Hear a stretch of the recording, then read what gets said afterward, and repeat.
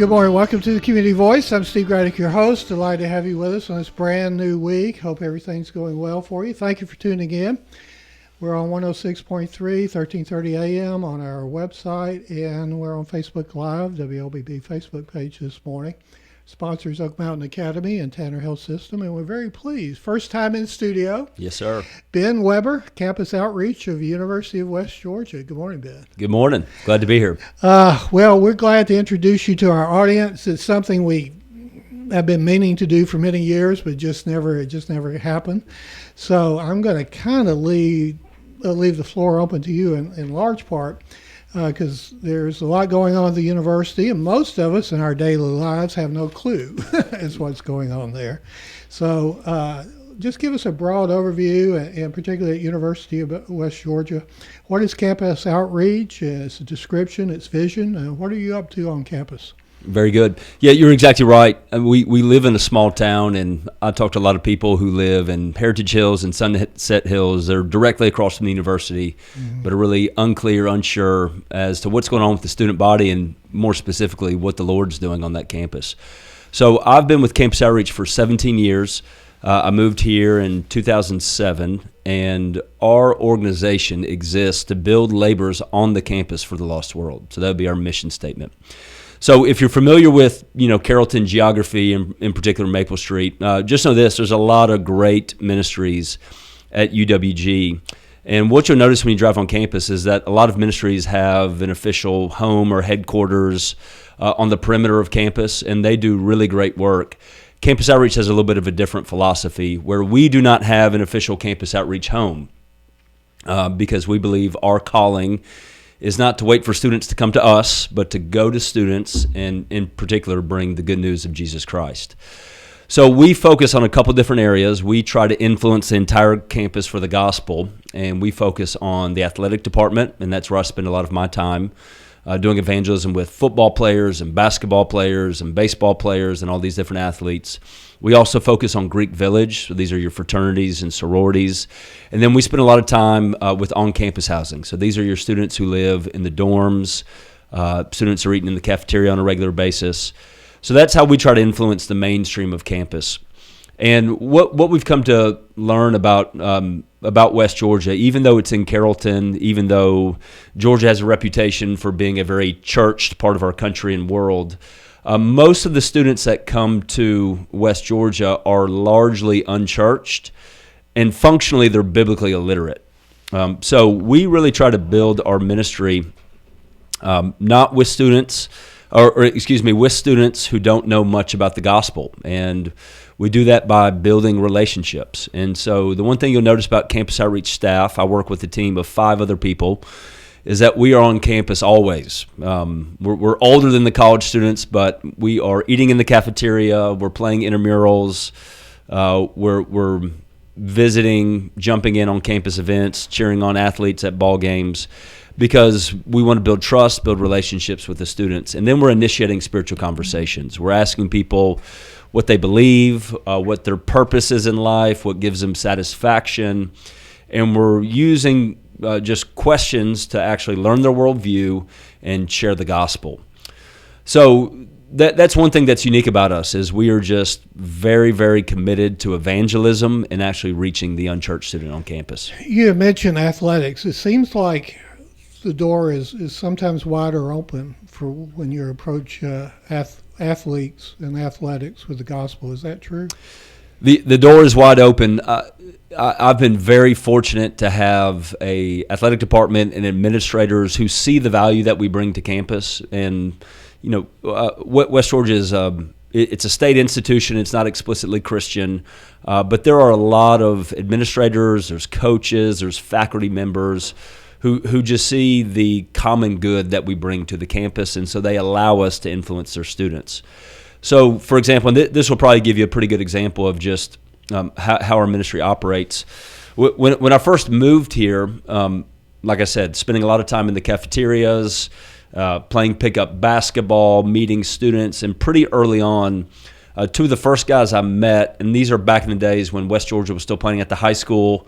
They were losing a lot of games. I think they had a 20-game losing streak. Yeah, I was there. I know. That's right. And they're so successful now, it's hard to even believe that they were struggling to that extent. But I befriended two guys on the football team who both played on the defensive line and happened to be two of the best players on a mediocre team at the time. It was a guy named Brandon and Juan.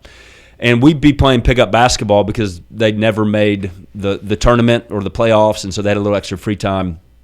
And I just remember initiating a spiritual conversation with those guys, just sitting on the sidelines. And pretty soon I came to find out that these guys had never read the Bible. They would have called themselves Christians because they weren't atheist or Buddhist. They had a vague familiarity with just a couple Bible verses. And so I just said, hey, guys, would you be interested in studying the Bible? And they jumped at the chance. So over the next couple weeks, as I just explained the life, death, and resurrection of Jesus, Juan came to faith, and then Brandon was actually like a barroom brawler. I mean, he was a guy who was starting fights at practice, on the square late at night, and both of them experienced these really radical conversions, just where the Holy Spirit turned their life upside down, to the point where Brandon's position coach approached him at practice one day. He said, "What has gotten into you?" He said, you're practicing differently. You're interacting with your teammates differently. You're receiving coaching differently." And this player looked at his coach and said, "Coach, you might not believe this, but I'm a follower of Jesus now. I've surrendered my life to Christ." And the coach is still a good friend of mine. He looked at Brandon and said, "Who in the world has been talking to you about Jesus?" And he said, "This guy Ben has." And so one thing led to another, and the coach said, if this is the type of life change that we're going to see, Ben, we want you around our coaches, our players. We want you traveling with the team. We want you leading pregame devotionals. And so what started with just life change for two players, it started to grow where we received more influence in the program and then the department, to the point where we're influencing every roster in the athletic department, but also our influence goes beyond just athletics. We're working with residence life in the dorms. We're working with Greek life, going to the fraternity and sorority houses. We're working with campus rec and getting freshmen to join intramural teams. We're really trying to serve the broader campus as well. College life, university life is, in particular athletics, it really establishes a lot of the values of students early on. Hard work, perseverance, competition, etc., and that extends beyond the athletic field. But you're really helping to help the students find that type of worldview. That's right. And so that's got to be particularly amazing and satisfying. You just mentioned Brandon, but I assume there's been thousands of, or hundreds at least, stories. Absolutely. I mean, that's something that is really incredible. I really believe the college campus it's the cutting edge of evangelism, because on the one hand, a college-age male is the least likely demographic to step foot in a religious service. So really, it tends to be sort of the most. Why is that? Why is that? It depending on what stats you read, some of them are staggering. But they say that most high school students that attend church regularly, anywhere from 50 to 70%, when they come to college, will leave the church and never return. So right now, we are actually living through one of the most significant spiritual shifts in our national history since the Second Great Awakening. So 40 million people have left the church over the last 20 years, and that's 12%. The church attendance has dropped by 12%. And we see that first and foremost amongst college students. If you read some of the headlines, they'll talk about the rise of the nuns. That tends to be more Gen Z students who, when they fill out their census data, would say, "I'm non-religious. I don't identify as Christian. I identify as none. Spiritual, maybe, but not religious." So on the one hand, you see these college-age men, they're leaving the church. But on the same token, there's something about those 4 years in college. You're open to new worldviews. You've got a lot more discretionary time. You are figuring out what your parents believe versus what you believe, and you're right. Depending on who you surround yourself with, the decisions you make become habits, and when you graduate, they eventually lead to lifestyles. This is this dynamic 4-year window where the trajectory of somebody's life and really their eternity can be radically changed. Our guest this morning is Ben Weber of Campus Outreach at the University of West Georgia. We're going to talk more about students who are entering college and universities today and what's going on campus. But first, these words.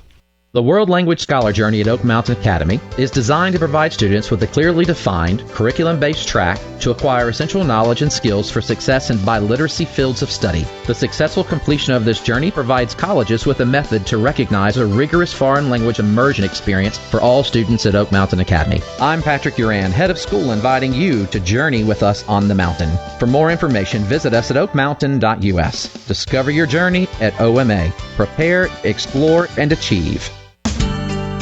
Health is a journey. It's making better choices, even when it's not easy. It's taking care of yourself and the people you love. At Tanner Health System, we're there for you with every step, with primary care, heart care, cancer care, women's care, orthopedics, surgical services, and so much more. We're dedicated to helping you live and feel your best. So let's get on that journey to health. You've got places to be for many years to come. Find us at tanner.org.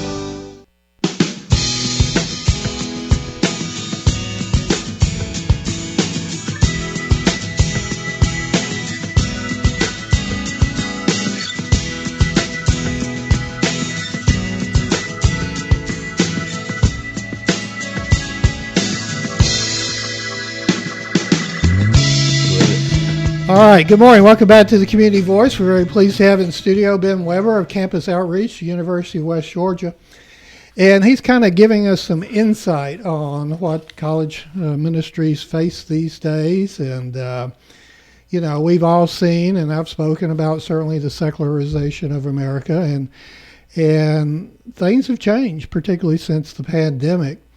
But a couple of things you mentioned before we kind of talk about the de-church movement, but most of the students now coming to campus, fewer and fewer of them have ever heard the gospel, much less been in church. Is that correct? Yeah, that's pretty accurate, especially in my experience. So I've been at West Georgia for about 16, 17 years, and you're seeing some pretty significant shifts from the students I interacted with, you know, in 2007 versus today. And in regards to their worldview, in the past, our students came in with, they might not have been Christians, but they at least had a worldview that was more informed by the Bible. So, in other words, what I mean is belief in the existence of God, belief in objective truth, belief in the historicity of the resurrection, and even they came in with the spiritual hunger and desire. And like I said, they weren't necessarily, you know, authentic, genuine disciples of Jesus, but oftentimes students would come to college with questions and looking for answers. So the most significant shift is the students we're working with today, there's just a greater level of spiritual apathy and complacency. So in a sense, you get a lot of shoulder shrugs. I know this is that's not good radio to shoulder shrug, but there was just there's a general disinterest because most of them are just distracted. They haven't become hardcore militant atheists, but their life is full of social media and video games and sleeping in. It's a creeping secularism. And most of them so don't necessarily see a need for God because their life is pretty good, pretty comfortable just as it is. Is that because they were raised by baby boomers and the hippie generation? That's pretty interesting. You know, I'll just give you a story. I'm not going to, you know, point the blame on any one generation. But I would say this: if even if these students did have some church experience, if the whole extent of the Christian life is simply to pray a prayer, participate in a religious ceremony like walking an aisle or raising a hand at a big event, and there was no mention of discipleship, those type of students are not going to walk with Jesus. They're not going to persevere in the end. So to some degree, a lot of it is just really shallow discipleship or really a lack of discipleship. a lot. I told you that a lot of the students I work with are athletes, and I'll just give you what tends to be a pretty typical testimony from a baseball player. They usually say something along these lines. They say, "Look, growing up, Ben, I went to church because my parents drugged me to church, and then I started playing travel baseball." And so Sundays, a day that used to be devoted to corporate family worship, was replaced, okay, not with the absence of worship, but just worshiping something different. Instead of the God of the Bible, it was replaced with worshiping a sport, with leisure, and with travel. And so it makes perfect sense that when these students show up on campus, they're not going to make time for God and Bible reading and corporate worship on Sunday because they've been discipled to value their sport and their success more than anything. So a lot of it is just the continuation of the homes that they've been raised in. Which is idolatry, of course. 100%. They say in Carroll County only 10% of the population goes to church on Sunday. That's accurate. And so, you talk about your 16 years, which is great because you've got a longer term perspective that we can delve into. But when I was a teen and in college, it seemed like the culture was more embracing, and campus ministries were more out in the open, and those who were bold about their faith were very much, out there on the leading edge. So we've not only have they not experienced growing up in church, but are we retreating on campus with campus ministries and about having freedom on campus to speak about Christ and Christianity? That's a great question. Are we retreating? I can only speak for Campus Outreach. I can say when it comes to our full-time staff and the student leaders that we disciple, keep in mind our mission statement is to build laborers. And our mission, we believe, is we take it from Jesus's playbook. And Jesus was not necessarily interested in decisions. He was interested in making disciples. He said, "If you follow me, I will make you a fisher of men."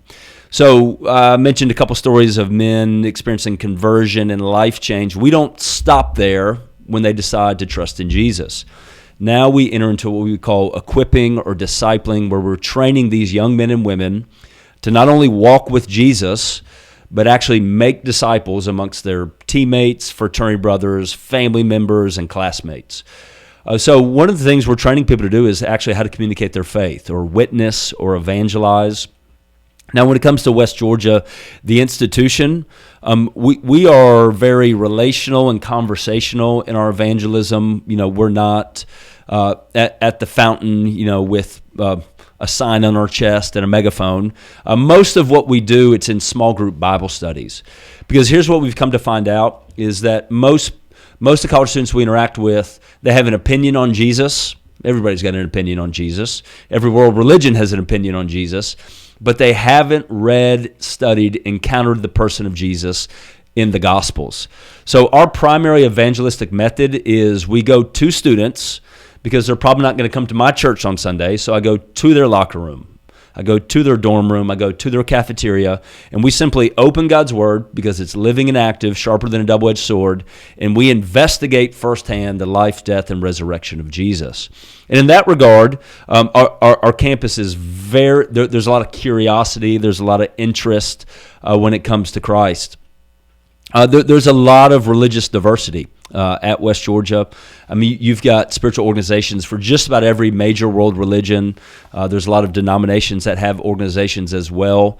But this is a culture. The typical college student deeply cares about being accepted by their peers. And to some degree, that's just human nature, right? We all want to be liked, accepted, received by our friends. All stages of life, I think that's true. That's right. But there is a little bit of a generational shift where a previous generation really desired the acceptance and the approval of their superiors, their coaches, their parents, their bosses, their CEOs. What a college student wants most in life is to be accepted by their peers. Mm-hmm. So as you can imagine, there is some natural fear and anxiety that they have about engaging their classmates with the gospel because they tend to think, what if I'm rejected? What if this, jacks up our relationship? But what we've come to find out, if you just do this in a respectful, question-asking way, most college students that we come in contact with are desperate to talk about something more than the party this weekend. They want to dialogue Jesus.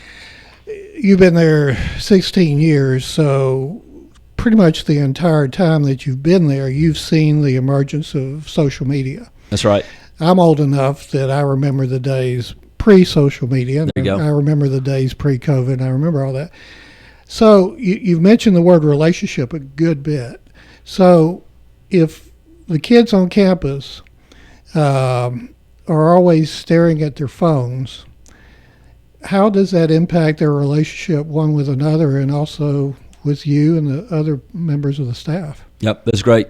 That's great. And I don't quite predate social media, but I remember being a college student, when there started being murmuring on campus about this thing called the Facebook, and at that point it was just for college students. And I mean, that feels like 100 years ago. Now there's so many platforms, we've got Instagram and TikTok, and it seems like there's a new platform coming out.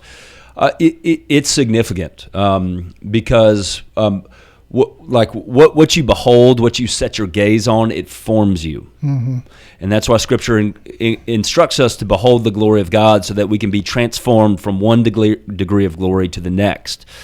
So inevitably, here's what happens. On average, college students spend, and really just an American Christian, spends less than 10 minutes a day reading their Bible and meditating. And a college student, on average, spends 7 hours in front of a screen.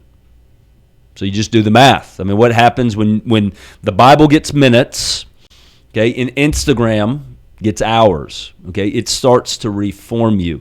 And what social media does, first off, it's designed to consume your attention. That's their whole business plan. But second, it in a sense, it is forming you to believe that you are the center of your world. Life is all about me. It also instructs you to focus on the externals rather than the internals, the people who have the most followers, drive the nicest cars, live in the biggest homes, possess the nicest bodies, and so at the expense of their soul. So I really believe that social media, it's discipling us, it's forming us, and instead of forming us into the image of Christ, it's forming us into our world. But then on top of that, our students are just they're consistently, and it's not just the college students; it's the adults as well. I eat in restaurants, and I see husbands distracted from their wives on a date because they're staring at their screen. I know. That's right. Or even texting across the table. There you go. There you go. So some sociologists are saying that the Gen Z or the college students go through life just with partial attention. They're consistently distracted. And so when you're distracted, you can't build meaningful relationships with your spouse, with your friends, or even with God because you're not focused. Corrie ten Boom is famous for saying, if the devil can't make you bad, he'll make you busy. Mm-hmm. And that's so often what we see on campus because students are perpetually distracted by their phones. They're not able to wrestle with life's biggest questions. They're not able to focus on somebody else and develop a deep and meaningful relationship. Our guest this morning is Ben Weber of Campus Outreach at the University of West Georgia. We'll be back with more with Ben, but first, these words. The Entrepreneur Scholar Journey at Oak Mountain Academy is designed to provide students with a clearly defined curriculum-based track to acquire essential knowledge and skills for success in business and leadership. Critical areas include identifying entrepreneurial characteristics, selecting a value position, and business model development. I'm Patrick Uran, head of school, inviting you to journey with us on the mountain. For more information, visit us at oakmountain.us. Discover your journey at OMA. Prepare, explore, and achieve. Health is a journey. It's making better choices, even when it's not easy. It's taking care of yourself and the people you love. At Tanner Health System, we're there for you with every step, with primary care, heart care, cancer care, women's care, orthopedics, surgical services, and so much more. We're dedicated to helping you live and feel your best. So let's get on that journey to health. You've got places to be for many years to come. Find us at tanner.org.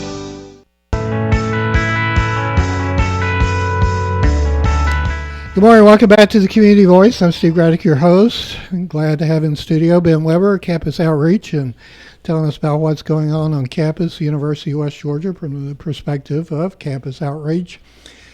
You mentioned about raising your hand, walking down the aisle, and then just being cast aside almost and left to falter. But once someone becomes a Christian, getting involved in a local church is critical.